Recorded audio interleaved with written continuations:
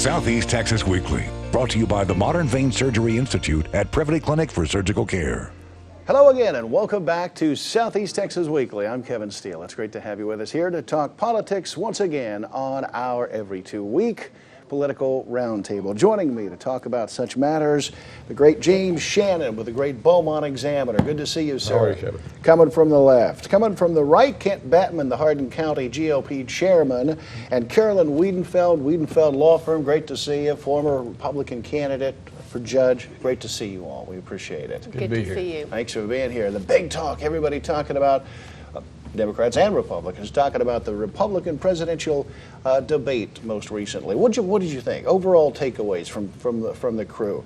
What jumped out at you as man, this is just the biggest thing I've seen since, and this is the greatest candidate since sliced bread. Anybody have any perspectives on it right off? Well, one perspective of a candidate, Carly Fiorina did awesome. Yeah. She had some of the best responses I've ever seen to things like Planned Parenthood. She seemingly did well. Did she stand up for women with her remarks to Donald Trump about his inadvertent comments on her face?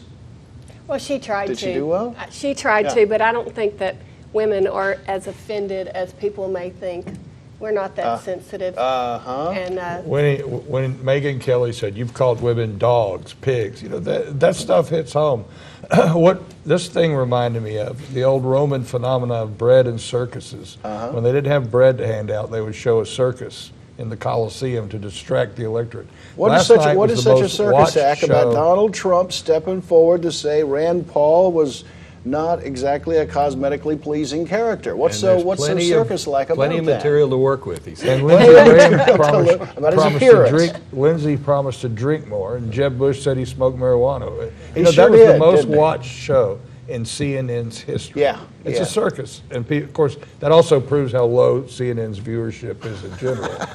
but it speaks to the entertainment factor of Donald Trump. You can't get away from it. Am I wrong? No, you can't get away from that. It was entertaining. CNN wanted to make it a fight. Yeah. The problem was Trump decided to fight bore they got started. Fox did the same thing just a couple of weeks ago. I mean, what's our takeaway? What did you see that annoyed, offended, or otherwise caused you consternation, sir? I liked watching Fiorina and Trump go at each other, and they exposed problems that both of them have with their records. Fiorina was a horrible CEO of Hewlett-Packard. She drove the company into the ground. She employed hundreds of thousands of serfs in developing countries. Trump went bankrupt, as she said, not one, not two, not three, but 4 times to build his $10 billion empire. At one point, Fiorina and Trump battling back and forth, and Christie, the New Jersey governor, who is no stranger to controversy, comes forward and says, "Well, listen, break it up. Break it up, y'all." He said, we don't care about your jobs. The American people care about their jobs. Their jobs. But that's not true, because we do care about their jobs. We do want someone that knows how to run a business to step into the Oval Office and run our country like a business. As it relates to whether they could, be a successful Of course, our country president. is not a business. It's a government. It's a constitutional democracy. Yes, but it should be run like a business. Yeah, where we he's definitely not a business. Christie had his moments, but he's fading into irrelevancy, as is Scott Walker. You could literally see him shrinking on the stage. Did Marco Rubio shrink in your view? Marco Rubio, I did you feel like he had a good night? I thought he had a good night. He had a good night. He looked sharp. Rubio's running for VP.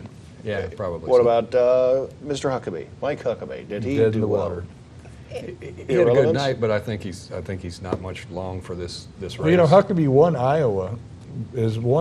So he's got some evangelicals, and I thought he kind of stepped it in that Kim Davis gay marriage thing in Kentucky. That helped him. That gave him more poll points. A Newsmax Bill poll. Maher had a great line. He called Kim Davis the Rosa Parks of homophobia.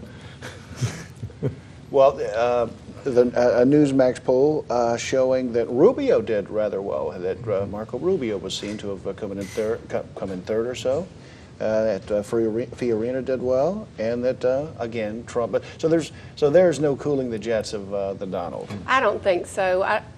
Some people were saying he may not have performed as well last night, but it's not affecting him in the polls at all, because his supporters are here to stay. Yeah, as a woman, help us to understand this phenomenon where the Donald comes forth and says things that we would, if we were to hear them come from Scott Walker's mouth, we would jump on, the national news media would jump on it as if it was the worst thing that had ever been said in the public arena, that it would be the most sexist thing ever said and would sink his presidential hopes immediately. How does the Donald get away with it? Donald Trump just says what everybody else is thinking.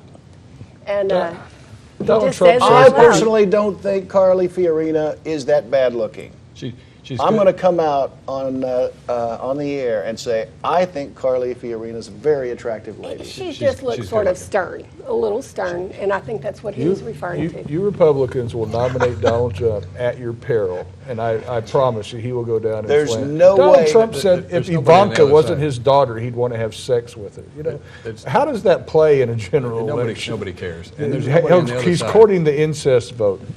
There's no other candidate. There's not a candidate on the Democrat side. It's not been decided, and it's not going to be Hillary. So they don't have somebody to run against. The race is decided on this side. It is fun. Part of the reason everybody's watching is because this is where it's going to happen. Well, Hillary Clinton in a race now, in a real race it seems, in Iowa polling with the socialist independent from Vermont, the great Senator Bernie Sanders. And we'll talk about him when Southeast Texas Weekly continues. Hang close with us.